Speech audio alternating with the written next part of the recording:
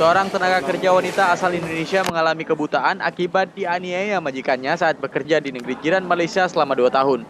Korban Zainabun Hasan 50 tahun tidak pernah digaji, bahkan selalu mendapatkan perlakuan keji dari majikannya. Zainabun merupakan warga desa Rancung, Kecamatan Kutablang, Kabupaten Biren.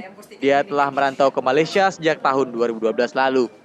Dia mengaku sering mendapatkan siksaan dari majikannya, mulai dipukuli dengan benda tumpul, disiram air panas, dan kepalanya dibenturkan ke dinding. Zainabun juga mengaku tidak pernah digaji selama 2 tahun. Kerja 2 tahun tak dikasih sama sekali. Pukul di kepala, dipukul di belakang, ini di lututnya, ini sini, di dada, diletak kaki, di muka, dengan dinding. Oh, dibenturin, Bu? Diletak dengan macam ini tadi. Tangan lagi? Dengan tangan ini dia hentam. Di jambak.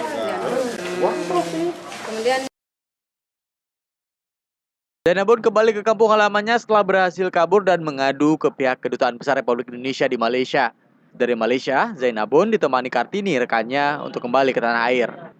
Sementara itu, hasil analisa dokter di Rumah Sakit Cut Mutia Loksmawe menyebutkan kebutaan yang menimpa Zainabun akibat katarak yang tidak pernah ditangani. Hingga kini Zainabun telah dirawat di Rumah Sakit Cut Mutia Loksmawe untuk mengetahui keadaannya lebih lanjut. Dari Aceh Utara, Hidayatullah melaporkan untuk Aceh Video.